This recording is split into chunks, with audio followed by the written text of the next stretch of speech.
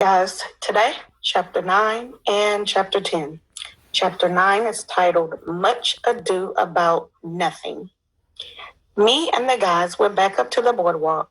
We walked past the Chinese fast food restaurant there. Just seeing it made me hungry, but I couldn't get food because I spent the money my mom gave me on saltwater taffy, and I gave most of the taffy to Andrea. Bummer in the summer. What do you want to do? I asked the guys. I don't know, said Ryan. What do you want to do? I don't know, said Michael. What do you want to do? I asked you first, I said. We went back and forth like this for a while. Finally, Neil, the nude kid, suggested we go booger boarding, which made no sense to me. Who wants to put boogers on a board? But then he said he meant boogie boarding, which is completely different and much more fun. The only problem was that we didn't have a boogie board. We could dig a hole, suggested Ryan. Digging holes is cool, said Michael. Maybe we'll find buried treasure, Neil, the nude kid, said. Then we could use it to buy some food. We went down to the beach to dig a hole. My friend Billy, who lives around the corner, told me that if you dig a hole deep enough, it will go all the way to China. Hey, I told the guys, if we dig a hole to China, maybe we'll end up near a Chinese restaurant. I bet they'll give us Chinese food. Then we won't even need to find buried treasure, Michael said. Great idea, AJ, said Ryan. That's why I'm in the gifted and talented program at school. The four of us started digging with our hands. I could almost taste the Chinese food we were going to eat once we reached China. Hey, Ryan said, what's the deal with jumbo shrimp?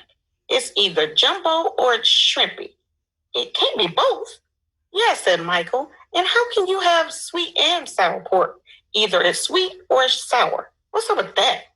Yeah, I said. And how do they know which ribs are the spare ones? Chinese food is weird. We were all digging in the sand when the strangest thing in the history of the world happened. Hey, Neil suddenly shouted. There's something down here. What is it? I asked. Buried treasure? No, it's a hand. Oh, we all screamed, and the fingers are moving. Ah, we all screamed. It's the sand monster, I shouted. My sister told me all about it. It's a zombie, and it eats boys. Run for your lives, shouted Neil. That's what the giant human-shaped creature pushed its way out from under the sand. It stood up. Ah! We all screamed. The sand monster started shaking sand off itself, and that's when I realized it wasn't a sand monster at all. It was Mr. Granite, that weird guy who swam all the way from Australia. Thanks for digging me up, blocks, said Mr. Granite. I must have dozed off on the beach. I guess some kids covered me with sand as a prank. Then he just walked away like that was completely normal. Mr. Granite sure has a weird way of popping up out of nowhere. Down the beach, we saw that Mr. Sunny had put up a big fence around his sandcastle. I guess he was afraid that somebody might damage it before the judging. A bunch of kids were watching him work on the castle, but Andrea wasn't around. Where's Andrea? I asked Mr. Sunny. I cannot talk right now, he replied. I must have silence with the sand. We found Andrea down by the water reading one of her Shakespeare books. She looked like she had been crying. What's your problem? I asked Andrea. Mr. Sunny won't talk to me, she said, dabbing her eyes with the tissue. He always says he needs to be alone with his sand.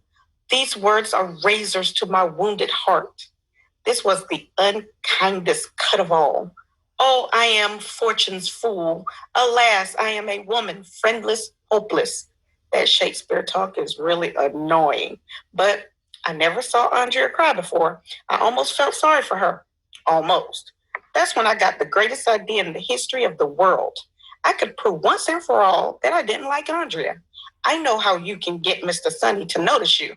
I told Andrea, you should pretend to drown. Mr. Sunny will have to save you. The guys all agreed that I was a genius and I should get the Nobel Prize. That's a prize they give out to people who don't have bells.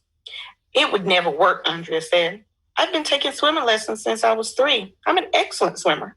Mr. Sunny doesn't know that. I told her, just fake it and pretend you can't swim. But that would be like lying, Andrea said. Andrea doesn't know the first thing about lying. Lying is when you say your dog ate your homework when you don't even have a dog. Pretending to drown isn't lying, I told her. You can't tell a lie if you don't talk. And if you're drowning, you don't talk, except to yell, help. Actually, drowning people say, gulp, gulp, said Michael. I saw that in a movie once. First, they yell, help, Ryan said, and then they say, gulp, gulp, as they're drowning. I don't care what drowning people say, Andrea said, yelled. I won't do it. Sheesh, what a grouch.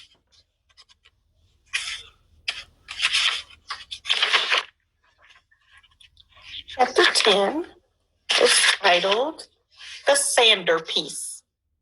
The next morning, me and the guys saw a sign on the boardwalk that said, Sandcastle judging today. It said that a judge would be coming down the beach to choose the best sandcastle. The winner would get a trip to France. Hey, what's that? Neil asked, pointing up at the sky.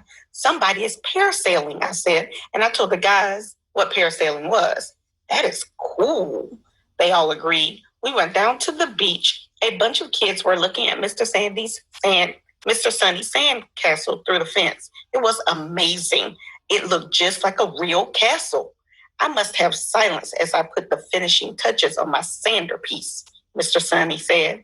It must be perfect so I can win the trip to France. Mr. Sunny had hooked up an electric toothbrush to his solar-powered baseball cap. He was crawling around on the ground using the toothbrush to brush away the last tiny specks of loose sand. Your sandcastle rocks, Mr. Sunny, Michael said. It's going to blow the doors off all those other sandcastles, I told him. You're sure to win the contest. Mr. Sunny got up and stepped back from his castle. That's it, he announced. Viola fine. My centerpiece is complete. Wow, everybody said, which is mom upside down. I spotted Andrea down by the water. So me and the guys went over there to pester her. Pestering girls is fun, especially Andrea. She was eating a piece of pizza and reading one of her Shakespeare books. Are you still upset about Mr. Sunny? I asked her. What's done is done, Andrea said sadly. They do not love that do not show their love. Love is a smoke made with a fume of sighs. Fair is foul and foul is fair. I didn't know that Shakespeare guy wrote about baseball. Stop moping around, I told Andrea. You should take my advice and pretend to drown.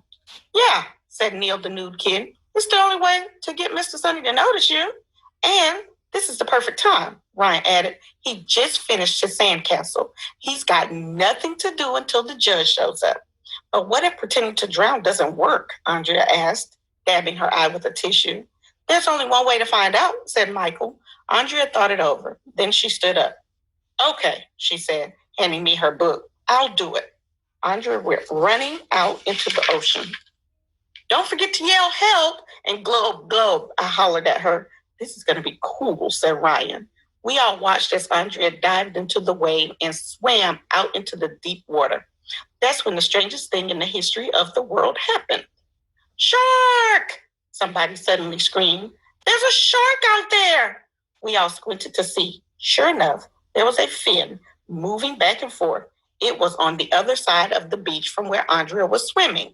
It's probably that crazy guy, Mr. Granite, Michael said. He must be swimming back to Australia. But it wasn't that crazy guy, Mr. Granite. And it wasn't a kid. And it wasn't a lifeguard. And it wasn't my mom or dad or sister. You'll never believe in 1,100 years who it was. I'm not going to tell you. Okay, I'll tell you. But you have to read the next chapter. So nana boo-boo on you. That's the end of chapter 10.